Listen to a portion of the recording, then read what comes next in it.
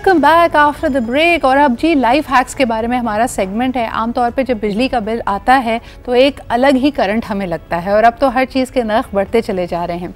लेकिन क्या आपको पता है कि घर में जो आपके इलेक्ट्रिकल अप्लाइंसेस हैं, जो बरक़ी आलात हैं, उसमें से सबसे ज़्यादा बिजली का इस्तेमाल कौन सा आला करता है? और अगर आपने वाकई अपने बिल को ज़रा कंट्रोल में लेके आना है तो हमें क्या करना चाहिए? इसी हवाले से गुफ्तगू करने के लिए मुईद हामिद अंसारी हमारे साथ मौजूद हैं। आप एक इलेक्ट्रिकल इंजीनियर हैं और प्रोजेक्ट मैनेजर हैं एक प्राइवेट फर्म में, सोशल एक्टिविस्ट भी हैं और बिजली के इफेक्टिव इस्तेमाल से यानी हम एक म्याना रवि इख्तियार करें, इसके बारे में अक्सर बात करते हैं। बहुत शुक्रिया मुईद यहाँ पे मौजूद होने के लिए।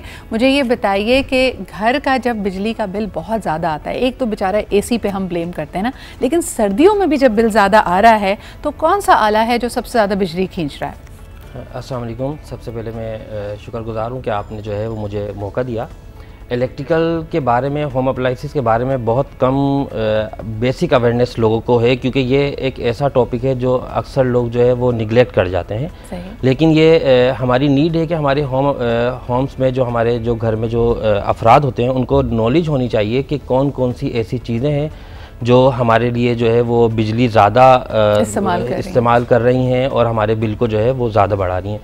आपने सर्दियों की बात की, गर्मियों में तो चले एसी एक कॉमन है जो सबको मालूम है, लेकिन अगर हम सर्दियों की बात करें तो हीटर जो इस्तेमाल होता है वो बहुत ज़्यादा इलेक्ट्रिसिटी कंज्यूम करता है। उसके अलावा अगर आप किचन अप्लाइंसेस की बात करें तो हमारे पास ओवन है। ओवन जो है हमारे पास 1000 वॉट के करीब बिजली इस्तेमाल कर रहा होता है, माइक्रोवेव ओवन। उसके अलावा जो है हमारे पास इलेक्ट्रिकल टोस्टर होते हैं। उसके अलावा जो है हमारे पास इलेक्ट्रिसिटी मोटर होती हैं, जो पानी के पंप होते हैं, वो भी जो है वो बिजली कंज्यूम कर रहे होते हैं। तो एक तो हमें ये भी बेसिक नॉलेज होनी चाहिए कि जो हमारा इलेक्ट्रिसिटी बिल आता है उसकी कैलकुलेशन किस हिसाब से होती है, हमारे जो यूनिट्स कंज्यूम होते हैं वो किस हिसाब से होते हैं। तो ये एक ऐसा पॉइंट है जो मैं चाहूँगा कि मैं आप लोगों को ऑडियंस को बताऊँ। बिकॉज़ टाइम बहुत कम होगा, मुझे ज़रा बताएं कि जो बिजली का बिल आता है वो कैसे कैलकुलेट होता है? कुछ लोग कहते हैं ये ऑन एवरेज आ रहा है, यानी लोग आके गिनते हैं कि जी आपके घर में कितना बड़ा रकबा है, कितने अफराद रहते हैं, कितने एसी हैं, कितनी लोगों का खर्चा यानी इस्तेमाल है,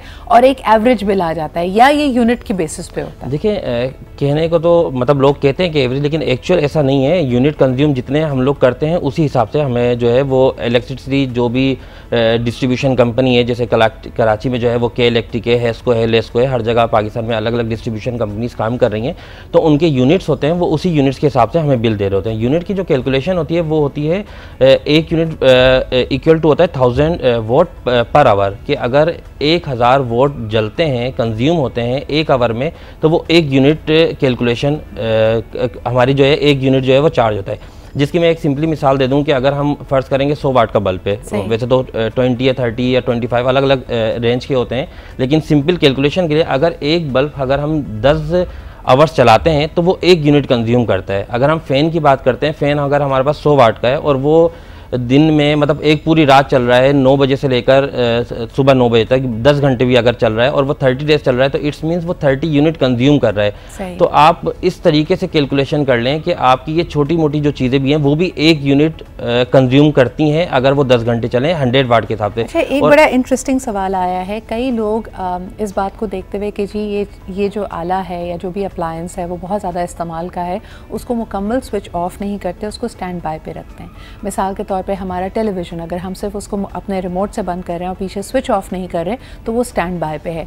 स्टैंड बाय पे भी क्या ये अप्लायंस बिजली का इस्तेमाल कर रहा होता है? स्टैंड बाय में वो कंजम्पशन तो नहीं होती जो एक्चुअल उसकी कंजम्पशन होती है, लेकिन ये अक्सर जो एक मेरी अपनी जो नॉलेज है, अक्सर ख़वातीन इलेक्ट्रिसिटी आयरन में कर रही होती हैं कि वो आयरन इस्तेमाल करी, आयरन बंद कर दी, आयरन इस्तेमाल करी, आयरन बंद कर दी, तो वो एक आयरन हमारी लेती है तकरीबन 750 वॉट या 1000 वॉट के करीब ना। इसका मतलब ये है कि अगर वो 1 घंटे आयरन चलती है तो 1 यूनिट हमारा कंज्यूम होता है, और अगर वो महीने में 10 घंटे भी चल गई है, 15 घंटे, तो 15 यूनिट कंज्यूम होते हैं।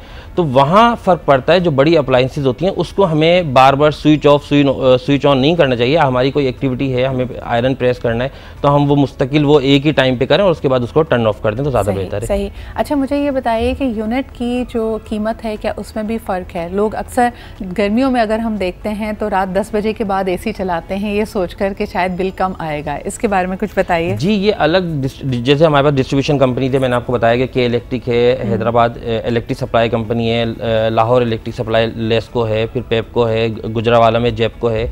तो ये सब इनके अपने स्लैब्स हैं जो लाजमी बात है स्लैब्स बनाए गए होते हैं। जैसे 100 यूनिट्स के बाद जो है वो आपका अमाउंट भी बढ़ जाता है। तो लोग कोशिश करते हैं, जो लाजमी बात है अवेयर होते हैं इस बेसिक नॉलेज से कि हमें जो है अपना इलेक्ट्रिसिटी बिल वो 100 से यूनिट से कम रखना है। क्योंकि अगर हम फ़र्ज़ करें 100 यूनिट से कम रख रहे हैं, 99 यूनिट तक है, तो हम पर यूनिट फॉर एग्जाम्पल 10 रुपीज़ दे रहे हैं। लेकिन अगर वो 101 पे चला गया तो फिर हमारा स्लैब चेंज हो जाता है, फिर हम उसके लिए आपका पर यूनिट की जो रेट है वो भी बढ़ जाता है। बहुत बहुत शुक्रिया मोहित हमारे साथ मौजूद होने के लिए।